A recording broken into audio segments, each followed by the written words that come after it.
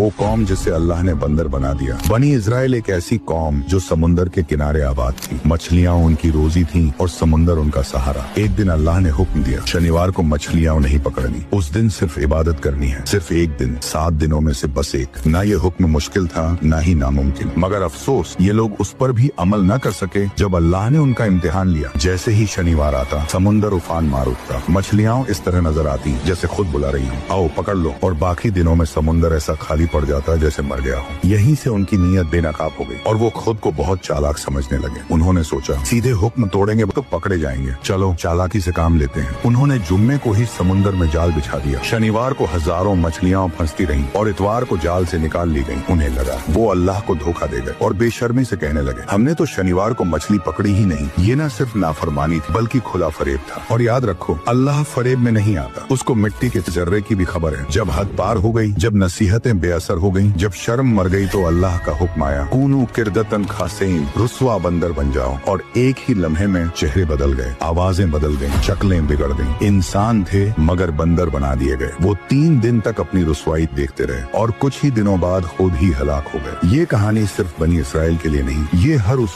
शख्स के लिए है जो अल्लाह के हुक्म को कानूनी रास्ता निकाल कर तोड़ता है। याद रखो, अल्लाह को धोखा नहीं दिया जा सकता।